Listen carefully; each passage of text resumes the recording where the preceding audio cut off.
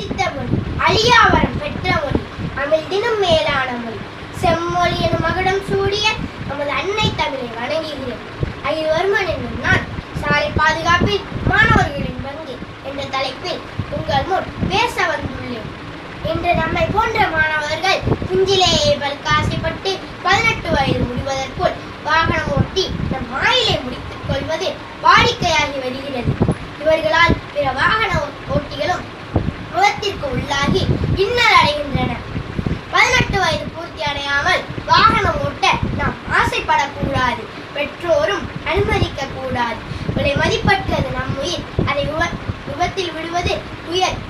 ஒவ்வொரு ஆண்டும் சாலை விபத்துகளில் உயிரிழப்பவர்களின் எண்ணிக்கை கூடிக்கொண்டேதான் போகிறது. தலைக்கவசம் உயிர்கவசம் என்ற அறிவிப்பு பலகை அழகுக்காகவா வைக்கப்படுகிறது? நம் ஆயுளுக்காக வைக்கப்படுகிறது. தலைக்கவசம் அணிந்தால் மட்டுமே தப்பும் நம் சுவாசம். கவனம் கொள்வோம், மரணம் தவிர்ப்போம். நில், கவனி, செல் என்கிறது சாலை விதி. சிவப்பு, மஞ்சள், பச்சை விளக்குகளில் செல்வதை ஏளனம் செய்தால் இழப்பு நமக்குத்தான். சிந்திப்போம், செயல்படுத்துவோம். வரிக்குதிரை பாதைகளில் சாலை கடப்போம். வாகனத்தால் வரும் ஆபத்தை தடுப்போம். முன் செல்லும் வாகனத்தை உந்தலாமா? கைகால் குணமாகி வீட்டில் குந்தலாமா? வேண்டாம் வேகம், நமக்கு தேவை விவேகம். மதுவருந்தி வாகனம் ஓட்டக்கூடாது.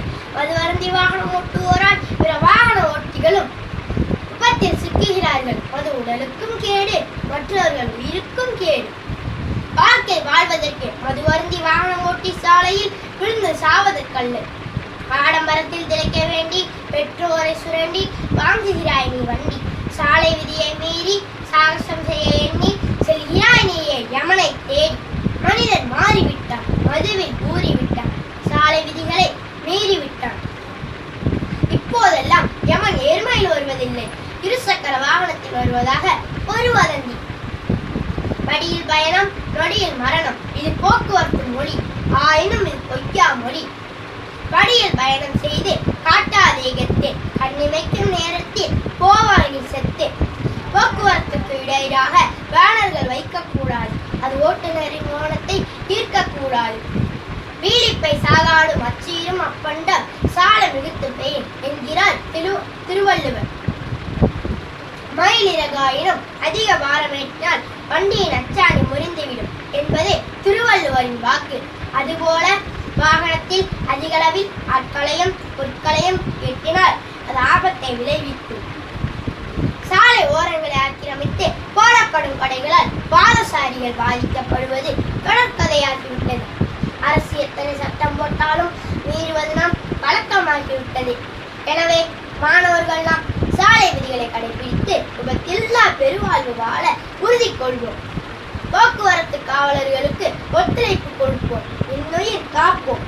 நாளைய தலைமுறை நலமுடன் வாழ நன்றே செய்வோம், அதை இன்றே செய்வோம்.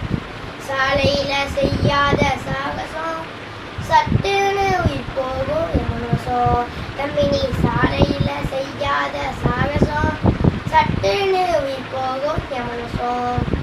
அக்கம் பக்கம் பார்த்து ரோட்டை கடக்கணும், இல்லைன்னா ஆஸ்பத்திரியில போய் நீயும் படுக்கணும். தம்பினி அக்கம் பக்கம் பார்த்து ரோட்டை கடக்கணும், இல்லைன்னா ஆஸ்பத்திரியில போய் நீயும் படுக்கணும்.